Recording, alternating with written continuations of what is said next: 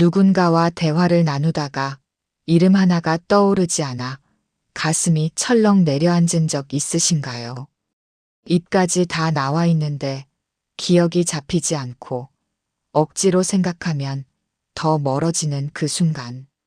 괜히 아무 일 아닌 듯 웃으며 넘어가지만 마음 한쪽에서는 말없이 파문이 번져갑니다. 내가 왜 이러지 예전에도 이랬나. 사실 변화는 그렇게 조용하게 아무에게도 말하지 못한 채 찾아옵니다. 멀리 걸어갈 힘은 여전히 있는데 계단이 갑자기 부담스럽다든지 약속이 즐겁긴 한데 외출 후엔 예전보다 훨씬 피곤하다든지 몸은 크게 아프지 않은데 마음이 이유 없이 가라앉는 날이 잦아질 때가 있습니다. 예전의 나와 지금의 내가 조금씩 어긋나는 것을 가장 먼저 느끼는 사람은 언제나 본인입니다. 아, 나도 요즘 그렇긴 한데 하는 생각이 드신다면 그건 절대 나약해서도 잘못 살아서도 아닙니다.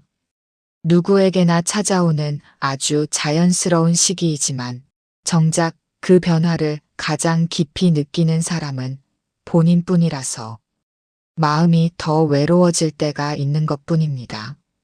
그래서 저는 오늘 이 부분을 함께 나누고 싶습니다. 이 변화가 찾아온 뒤의 삶을 어떻게 바라볼지, 75세 이후의 시간들을 어떤 마음과 리듬으로 살아가야 할지, 그리고 작은 선택 하나가 앞으로의 5년, 10년을 어떻게 달라지게 만드는지에 대해 편안하게 이야기해 보려고 합니다. 누가 대신 답을 내려줄 수 있는 문제는 아니지만 선배 어르신들의 삶을 곁에서 보며 제가 얻은 깨달음과 경험을 오늘 영상에서 천천히 풀어보겠습니다. 본격적인 이야기 시작하기 전에 혹시 아직 구독과 좋아요, 알림 설정을 안 해두셨다면 한번 눌러두시고 이야기 이어가 보겠습니다. 75세 전후를 지나면 많은 분들이 비슷한 말씀을 하십니다. 70대 초반까지는 그래도 버텼는데 75 넘으니까 몸이 확 달라진 게 느껴져요. 어제 했던 일을 오늘 똑같이 하면 이상하게 훨씬 더 피곤해요. 말로 표현은 다르지만 그 속에는 공통된 마음이 들어 있습니다. 그래서 75세의 변화는 질병의 시작이 아니라 내 몸의 속도가 어느 순간 달라지는 순간으로 느껴지는 경우가 많습니다. 문제는 이 변화를 처음 마주할 때 대부분이 자신을 탓한다는 데 있습니다. 왜 이것도 예전처럼 못하지? 내가 이렇게까지 약해진 건가? 이렇게 마음속에서 스스로를 몰아붙이기 시작하면 하루하루가 더 무겁고 서운해집니다. 한편 같은 변화를 겪으면서도 조금 다르게 받아들이는 분들도 계십니다. 그래, 이제는 예전이랑 똑같이 살 순 없지. 조금은 나한테 맞게 조절해야지. 이렇게 생각하며 몸이 보내는 신호를 억지로 밀어붙이기보다 조용히 받아들이는 분들입니다. 이분들은 하루의 리듬을 조금씩 바꿉니다. 예전처럼 일을 한꺼번에 끝내지 않고 작은 단위로 나누고 중간에 쉬는 시간을 넣습니다. 오전에 힘을 썼다면 오후는 일부러 비워두고 예전 같으면 오늘 아무것도 안 했네라고 생각했을 일을 이제는 쉬어야 내일도 움직이지라고 스스로를 이해시킵니다. 겉으로 보면 별것 아닌 변화처럼 보이지만 이 조정이 이후의 5년, 10년을 완전히 바꿔놓습니다. 속도를 고집한 분들은 80세가 되기 전에 활동 반경이 급격히 줄어드는 경우가 많고 속도를 조정한 분들은 80세가 넘어도 산책을 하고 취미 모임을 다니고 사람들과 마음을 주고받으며 일상을 이어갑니다. 그래서 75세는 포기해야 하는 나이가 아니라 속도를 바꾸어야 하는 나이입니다. 그동안 살아온 방식이 틀렸던 것이 아니라 지금의 몸이 이제는 다른 템포를 원하고 있다는 뜻입니다. 왜 예전처럼 안 될까라고 자신을 미워하기 시작하면 몸과 마음이 동시에 무너지고 지금의 나에게 맞는 속도를 찾자라고 생각하는 순간 노년의 삶은 다시 단단해집니다. 75세는 인생이 꺾이는 시점이 아니라 페이스를 바꾸어야 하는 전환점입니다. 이 전환점을 어떻게 받아들이느냐가 앞으로의 품격과 건강, 행복을 가르는 갈림길이 됩니다. 속도가 달라지는 이 시기에는 몸에서 실제로 어떤 변화가 일어나는지, 그리고 그 변화에 어떻게 대응하면 좋을지 조금 더 구체적으로 살펴볼 필요가 있습니다. 무엇보다 먼저 몸에서 신호가 옵니다. 예전 같으면 가볍게 걸리던 길이 조금 더 멀게 느껴지고 계단 한 층만 올라가도 숨이 차고 한 번 피곤하면 금방 풀리던 피로가 며칠씩 이어질 때가 있습니다. 처음엔 누구나 당황합니다. 갑자기 왜 이렇게 힘이 빠졌지? 어제까진 멀쩡했는데 무슨 일이 생긴 걸까? 병원에 가도 특별한 이상은 없다고 하니 더 혼란스러울 때도 있습니다. 조금 더 깊이 들여다보면 대부분 이런 변화는 몸이 갑자기 나빠져서가 아니라 근육과 심폐 기능의 회복 속도가 달라진 데서 비롯됩니다. 젊을 때는 무리해도 시간이 해결해줬지만 75세 전후부터는 몸이 회복을 서두르지 않습니다. 급하게 움직이기보다 천천히 조금씩 자극을 주는 방식으로 바뀐 것뿐입니다. 문제는 많은 분들이 이 변화를 처음에 인정하지 못한다는 점입니다. 그래서 오히려 운동을 더 강하게 하려고 합니다. 예전에는 만보도 걸었는데 오늘도 한번 해봐야지. 한 번 땀 쫙 빼야 몸이 개운하지. 이렇게 해보시면 대부분 다음 날 더 큰 피로가 몰려옵니다. 다리가 풀리고 계단 내려가는 게 겁나고 며칠 동안 몸이 무거워서 아무것도 못하는 경우도 있습니다. 반대로 변화를 받아들인 분들은 운동을 예전 몸으로 돌아가기 위한 싸움이 아니라 지금의 몸을 살리는 작업으로 바라봅니다. 그래서 운동을 아주 낮은 단계에서 시작합니다. 하루 20분 욕심내지 않고 걷기, 의자에서 천천히 앉았다 일어나기 10번, 엘리베이터 대신 계단을 한 층만 오르기. 가벼워 보이지만 꾸준히 하면 일주일, 2주일 뒤부터 몸이 확연히 달라집니다. 다리에 조금씩 힘이 생기고 숨이 차는 속도는 느려지고 피로가 쌓이지 않고 풀리는 시간이 짧아집니다. 이 시기에는 단백질도 선택이 아니라 필수입니다. 젊었을 때는 밥만 잘 먹어도 살 수 있었지만 나이가 들면 근육이 쉽게 빠지고 회복이 느려집니다. 그래서 운동과 단백질이 함께 갈 때 몸은 훨씬 더 빨리 안정감을 되찾습니다. 어렵게 생각하지 않으셔도 됩니다. 아침에 계란 하나 챙기기, 두부콩 생선을 하루 한 번 식탁에 올리기, 고기 반찬을 조금이라도 자주 먹어보기. 이 정도만 해도 몸이 버티는 힘이 달라집니다. 운동은 욕심내지 않고 꾸준히, 식사는 허투루 넘기지 않고 단백질을 챙기면서 몸에 무리가 가지 않는 선에서 조금씩 자극을 주면 가속 노화를 크게 늦출 수 있습니다. 이 시기의 운동은 젊을 때처럼 몸을 끌어올리는 싸움이 아니라 지금의 몸과 손잡고 같이 가는 연습에 가깝습니다.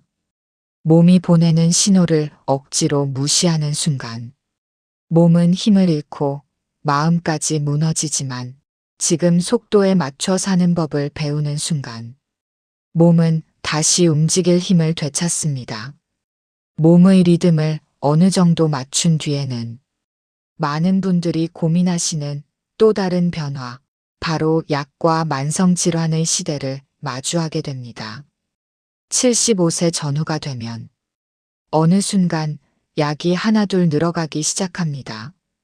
식탁 한쪽에 약봉투가 자리 잡고 고혈압 약, 당뇨 약, 콜레스테롤 약을 챙기는 시간이 하루 일과의 일부가 되어버립니다.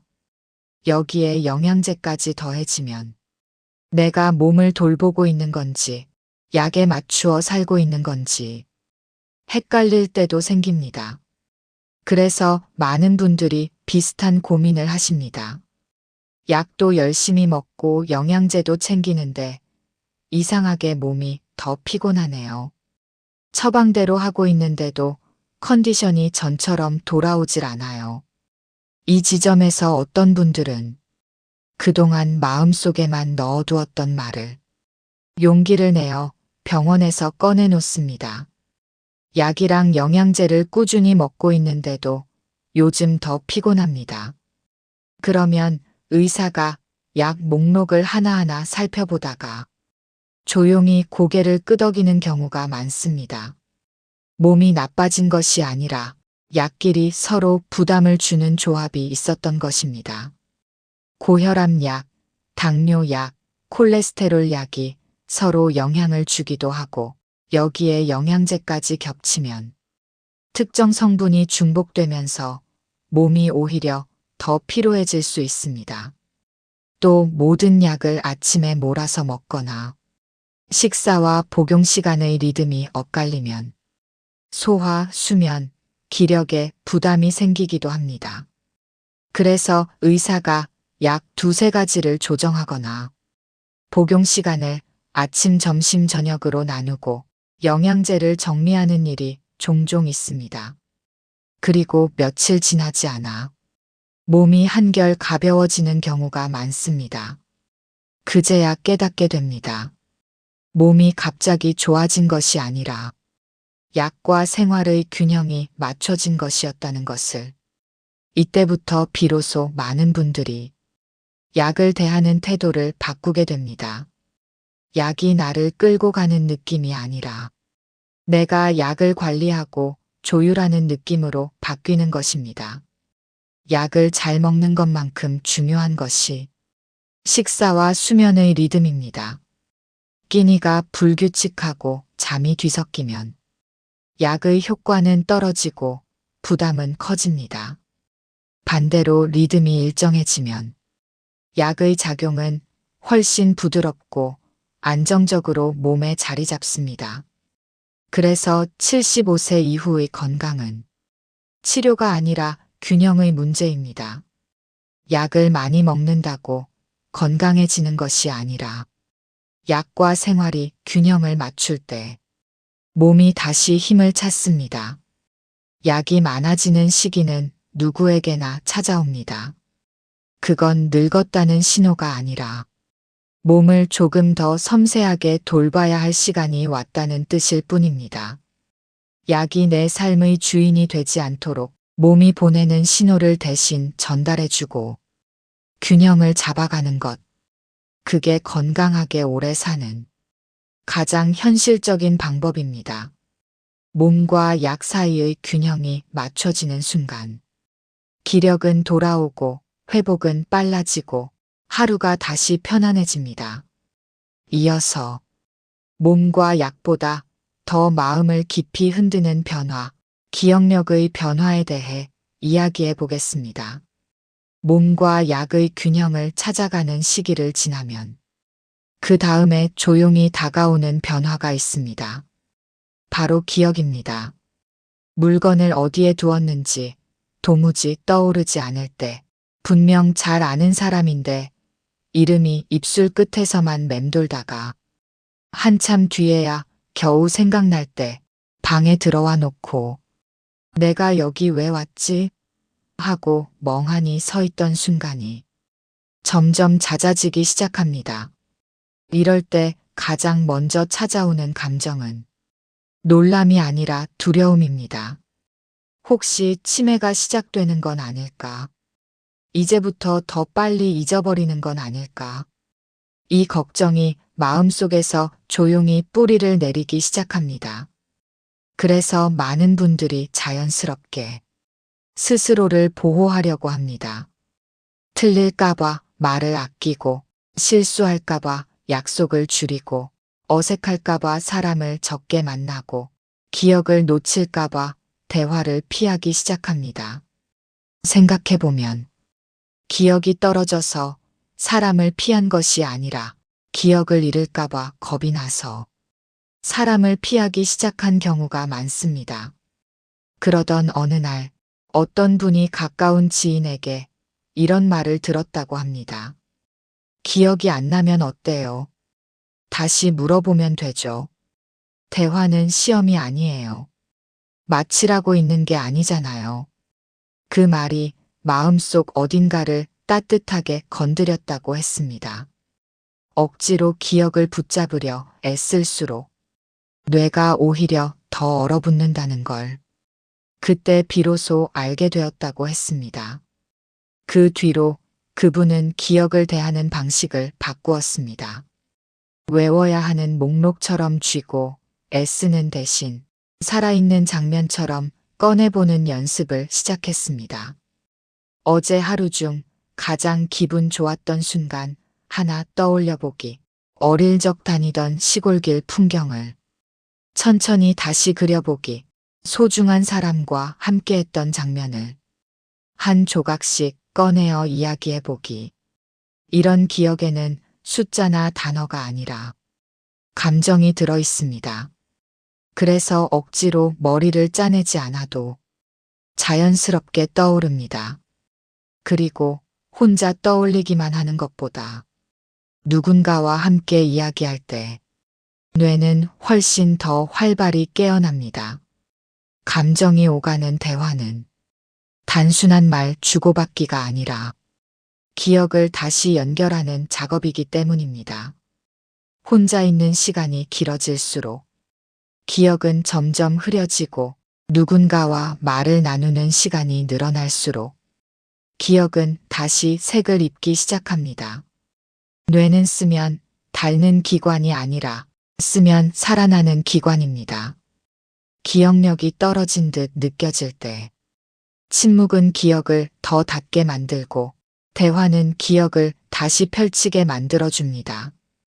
그래서 기억력의 변화는 두려워해야 할 경고가 아니라 이제는 다른 방식으로 나를 사용해 달라는 뇌의 신호일지도 모릅니다. 기억을 잃지 않기 위해 조용히 숨는 것이 아니라 기억을 이어가기 위해 조용히 마음을 열어보는 것. 그 변화 하나가 앞으로의 5년, 10년의 마음 상태를 완전히 바꿔놓습니다.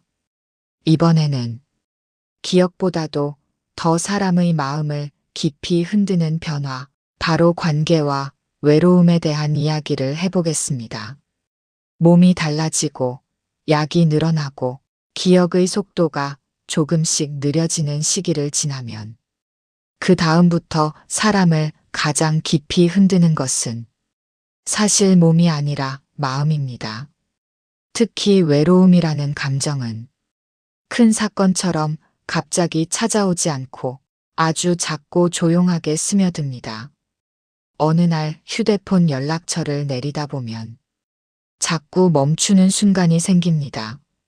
예전에는 먼저 생각나는 사람이 많았는데 이제는 누구에게 연락해야 할지 문득 떠오르지 않을 때가 있습니다.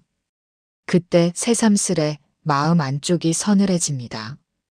가까이 지내던 이웃이 이사를 가고 함께 걸어다니며 수다 떨던 친구가 건강이 나빠져 자연스럽게 연락이 줄어들고 가족들 역시 각자의 삶에 바빠지면서 예전만큼 자주 연락이 오지 않을 때 천천히 그러나 깊게 혼자 있는 시간이 길어지기 시작합니다. 혼자가 좋을 때도 있습니다. 조용함이 편안한 날도 있습니다. 하지만 그 조용함이 오래 이어지면 편안함이 아니라 허전함으로 바뀌는 순간이 찾아옵니다. 집안의 고요가 안정이 아니라 공허로 느껴지는 날 말입니다. 그럴 때 사람 마음은 두 방향으로 나뉩니다. 누군가는 마음이 허전해지면 누군가를 만나고 대화를 시도하며 연결을 회복하기 위해 작은 행동을 합니다. 반대로 누군가는 굳이 나부터 연락할 필요 있나, 민폐가 되면 어떡하나, 괜히 어색해지면 어떡하나 하는 생각이 앞서면서 연락을 더 미루고 약속을 줄입니다. 그리고 어느 순간 혼자가 편한 것 같아 라는 생각으로 돌아섭니다. 하지만 사실 편한 것이 아니라 혼자 있는 상태에 익숙해진 것일 때가 더 많습니다. 외로움이 무서운 이유는 몸보다 마음을 먼저 약하게 만들기 때문입니다. 식욕, 수면, 면역력, 의욕까지 조용히 무너뜨리는 힘을 가지고 있습니다. 겉으로는 멀쩡한데 삶의 온도가 조금씩 낮아지는 방식으로 찾아옵니다. 하지만 외로움도 체력과 비슷합니다. 쓰지 않으면 약해지고 조금만 움직이면 다시 강해집니다. 다시 누군가에게 안부 문자를 보내보기, 동네에서 마주치는 사람에게 눈 맞춰 인사 나누기, 카페나 산책길에서 자주 보던 얼굴에게 날씨 한마디 건네보기. 아주 사소한 연결로도 마음은 금방 따뜻해집니다. 어떤 분은 시장에서 장을 보다가 가끔 인사만 나누던 아주머니에게 먼저 말을 걸어본 적이 있었습니다. 그분이 이렇게 말했답니다. 요즘 안 보이셔서 어디 편찮으신가 걱정했어요. 그 한마디가 생각보다 훨씬 크게 가슴을 울렸다고 했습니다. 아, 나를 떠올려주는 사람이 아직 있구나. 그 사실 하나만으로도 그날 하루가 따뜻해졌다고 했습니다. 사람은 혼자 버티도록 만들어지지 않았습니다. 누군가와 아주 가벼운 연결을 이어갈 때 마음은 다시 살아납니다. 외롭지 않아서 사는 것이 아니라 사람과 연결될 때 비로소 삶이 따뜻해집니다. 나이가 들수록 관계는 성격이 아니라 선택에 가까워집니다.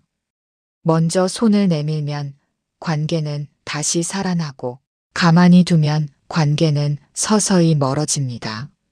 하지만 너무 늦은 때란 없습니다.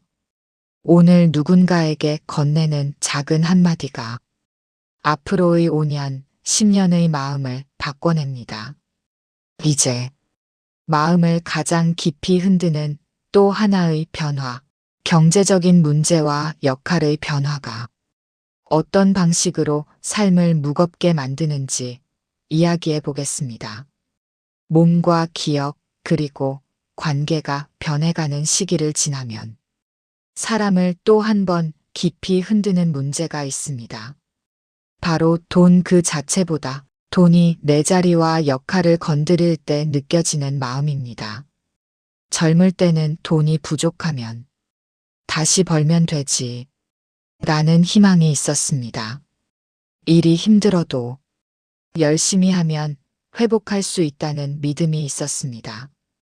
가족 안에서도 문제가 생기면 가장 먼저 나섰고 누군가 도움이 필요하면 내가 할게 라고 말할 수 있었습니다. 하지만 75세 이후부터는 점점 달라집니다. 고정 수입은 줄어들고 병원비 약값 생활비가 겹치고 가끔은 자녀나 손주에게 들어가는 지출까지 생기면 한숨이 절로 나올 때가 있습니다. 통장을 열어보는 순간 돈보다 마음이 먼저 움츠러드는 날도 생깁니다. 이때 가장 아픈 생각이 스칩니다. 나는 이제 누군가에게 도움이 되는 사람이 아니라 부담이 되는 존재가 되어가는 건 아닐까. 이 생각이 마음에 자리 잡기 시작하면 돈의 액수보다도 자존감이 먼저 무너지기 시작합니다. 가족의 한가운데 있던 사람이 어느 날 조용히 뒤쪽으로 물러나 있는 느낌. 예전에는 누군가의 기대가 되었는데 지금은 조심스레 신세를 지는 입장이 된 것 같은 느낌. 그 변화는 겉으로는 아무도 모릅니다. 가족도 모릅니다. 하지만 본인은 압니다. 가장 먼저, 가장 깊이 느낍니다. 그러다 가족이 걱정하는 마음에서 엄마는 이제 좀 쉬어요. 아버지는 돈 쓰지 말고 그냥 편히 지내요. 라고 말하면 그 말이 위로나 배려보다 이제 당신의 역할은 끝났어요. 처럼 들릴 때가 있습니다. 마음으로는 고맙지만 자존심 한쪽에서는 묵직한 외로움이 밀려오는 것입니다. 그런 시간들을 지나면서 어떤 분들은 삶의 의미를 완전히 잃어버리기도 합니다. 나는 이제 할 수 있는 게 없다. 나는 이제 아무짝에도 쓸모가 없다. 이런 생각이 들기 시작하면 몸도 마음도 급격히 시들어갑니다. 하지만 다른 방향으로 나아가는 분들도 있습니다. 그분들은 어느 순간 조용히 깨닫습니다. 나이가 들수록 의미는 돈의 크기나 큰 역할에서 오는 것이 아니라 내가 할 수 있는 작은 역할에서 온다는 것을. 누군가에게 따뜻한 밥 한 끼를 내어놓는 일, 반찬을 한두 가지 나누어 주는 일, 먼저 안부 문자를 보내는 일, 기운 빠져 보이는 사람에게 조용히 위로 한마디 건네는 일. 이런 작은 행동들이 누군가의 하루를 바꾸는 힘을 가지고 있습니다. 어떤 분은 옆집 아주머니에게 반찬을 조금 나누어 드린 적이 있습니다. 그냥 아무 생각 없이 드린 것이었지만 며칠 뒤 그분이 이렇게 말씀했다고 합니다. 지난번 음식 덕분에 정말 힘났어요. 고마워요. 그 말을 듣는 순간 마음 안쪽이 조용히 뜨거워졌다고 했습니다. 아, 내가 아직 누군가에게 힘이 될 수 있구나. 돈이나 능력이 아니라 순간의 온기가 사람을 다시 일으켜 세운 것입니다. 그때부터 그분은 스스로에게 이렇게 속삭였다고 합니다. 나는 여전히 누군가에게 필요한 사람이다. 그 말이 마음을 지탱해주는 기둥이 되었습니다. 경제적인 여유가 있을 때만 소중한 사람이 되는 것이 아니고 큰 역할을 해낼 때만 가치 있는 것도 아닙니다. 나이가 들어도 우리는 여전히 누군가에게 기대가 되고 위로가 되고 기쁨이 될 수 있습니다. 나이가 들수록 필요한 것은 대단한 업적이 아니라 내가 앉아 있을 자리, 내가 기여할 수 있는 작은 역할입니다. 그 역할 하나가 마음을 지키는 가장 강한 힘이 됩니다. 이제 지금까지의 변화를 돌아보면서 앞으로의 5년, 10년을 어떻게 살아갈지 방향과 선택의 문제를 함께 생각해 보겠습니다. 지금까지 지나온 변화들을 돌아보면 많은 분들이 어느 지점에서 같은 생각을 하게 됩니다. 이제 남은 삶이 얼마나 될지는 모르겠지만 지금부터의 시간을 어떻게 살아야 하는 걸까? 75세 이후의 삶은 운이나 체질만으로 결정되지 않습니다. 가장 큰 차이를 만드는 것은 몸과 마음이 보내는 신호를 어떻게 받아들이느냐, 그리고 어떤 선택을 하느냐입니다. 70세에서 75세 사이에 찾아오는 변화는 생각보다 빠르고 깊습니다. 몸은 예전의 속도로 살면 힘들다고 알려주고, 약은 균형을 맞춰달라고 신호를 보내고, 기억은 새로운 방식으로 사용해달라고 부탁하고, 관계는 손을 내밀어 달라고 조용히 기다립니다. 경제적 역할이 변하는 시기에는 내 가치와 의미를 다시 세워달라고 마음이 속삭입니다. 이 신호들을 외면하고 예전의 방식 그대로, 예전의 속도 그대로, 체력과 의지만으로 밀어붙이면 몸이 먼저 무너지고 마음이 그 뒤를 따라갑니다. 그러면 어느 순간 삶이 나를 끌고 가는 것처럼 느껴지기 시작합니다. 반대로 조금이라도 속도를 조절하고 몸의 변화를 인정하고 약과 기억, 관계와 마음을 관리하기 시작하면 삶이 다시 내 편에 서기 시작합니다. 하루하루가 버거움이 아니라 보람과 안정으로 채워집니다. 어떤 분들은 이렇게 말합니다. 운동을 새로 시작하기에는 늦었어. 이 나이에 친구를 다시 사귀기는 어려워. 지금 와서 뭘 바꾼다고 달라질까? 하지만 실제로 80세를 넘어서도 활기차게 지내는 분들을 보면 공통점이 하나 있습니다. 어떤 것을 크게 이룬 사람이 아니라 아주 작은 선택을 매일 이어간 사람이라는 점입니다. 오늘 걷기 10분을 선택한 사람, 아침에 단백질을 챙겨 먹는 것을 선택한 사람, 약을 그냥 넘기지 않고 몸의 반응을 관찰한 사람, 기억을 숨기지 않고 누군가에게 말을 건넨 사람, 누군가에게 안부 한마디를 먼저 전한 사람. 이런 작은 행동이 모여 5년 뒤의 몸을 만들고 5년 뒤의 마음을 만들고 5년 뒤의 인간관계를 만들고 결국 5년 뒤의 삶을 만듭니다. 늦은 나이라는 건 없습니다. 멈추는 순간 늦어질 뿐입니다. 오늘 무엇이든 아주 작은 행동 하나를 선택하는 순간 내일의 인생은 이미 다른 방향으로 움직이기 시작합니다. 앞으로 남은 시간이 얼마나 되는지보다 중요한 것은 앞으로 남은 시간을 어떤 속도로, 어떤 마음으로, 어떤 방향으로 살아갈 것인가입니다. 그 선택이 우리의 품격과 행복을 결정합니다.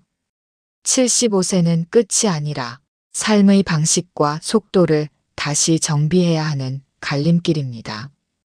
지금부터의 5년을 어떻게 보낼지가 그 뒤의 10년을 그리고 우리를 기억하는 사람들의 마음속에 어떤 모습으로 남게 될지를 좌우합니다. 그리고 그 방향은 오늘 내가 선택하는 아주 작은 한 행동에서 시작됩니다. 이제 마지막으로 오늘 이야기를 함께 정리해 보겠습니다. 75세를 넘긴 뒤 찾아오는 변화들은 처음에는 누구에게나 낯설고 두렵게 느껴질 수 있습니다.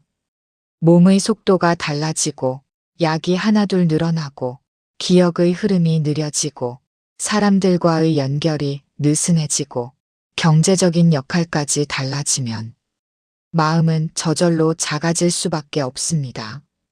그래서 많은 분들이 이 시기에 나는 이제 예전의 내가 아니다 라는 생각을 가장 먼저 떠올립니다. 하지만 시간이 지나 돌아보면 이 변화들은 우리를 무너뜨리려는 신호가 아니라 지금의 나에게 맞는 새로운 리듬으로 살아가라는 안내에 더 가깝습니다. 젊은 시절의 나와 비교하면 언제나 부족하게 느껴질 수밖에 없습니다.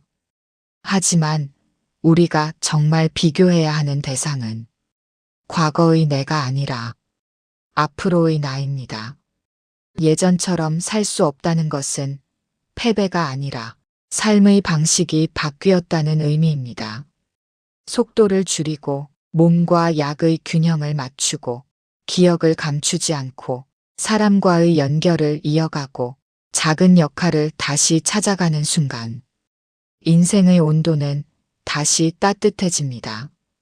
우리는 나이가 들어서 멈추는 것이 아니라 멈추는 순간부터 나이가 전부가 됩니다. 하지만 오늘 나를 조금이라도 더 잘 돌보기로 선택하는 순간 미래는 이미 조금씩 달라지고 있습니다. 지금부터의 5년이 앞으로의 10년을 만들고 그 10년이 우리를 기억하는 사람들의 마음속에 어떤 모습으로 남게 될지를 결정합니다. 75세는 끝이 아닌 전환점입니다. 이 시기를 어떻게 받아들이느냐에 따라 노년의 품격과 행복, 건강의 깊이가 달라집니다. 오늘을 그냥 버티는 것이 아니라 조금이라도 더 잘 살아보기로 마음먹으셨다면 그것만으로 이미 충분히 잘하고 계신 겁니다. 마지막으로 꼭 드리고 싶은 말이 있습니다. 지금의 당신은 여전히 의미 있고, 여전히 소중하고, 여전히 누군가에게 힘이 되는 사람입니다. 앞으로도 삶의 방향을 잃지 않도록 지혜와 마음을 나누는 이야기를 계속 전해드리겠습니다. 구독과 좋아요, 알림 설정해 두시면 다음 영상도 놓치지 않으실 거예요. 오늘 하루가 당신에게 조용하지만 충분히 따뜻한 날이 되길 바랍니다. 그리고 내일은 오늘보다 조금 더 기운이 나는 날이 되시길 진심으로 바라겠습니다.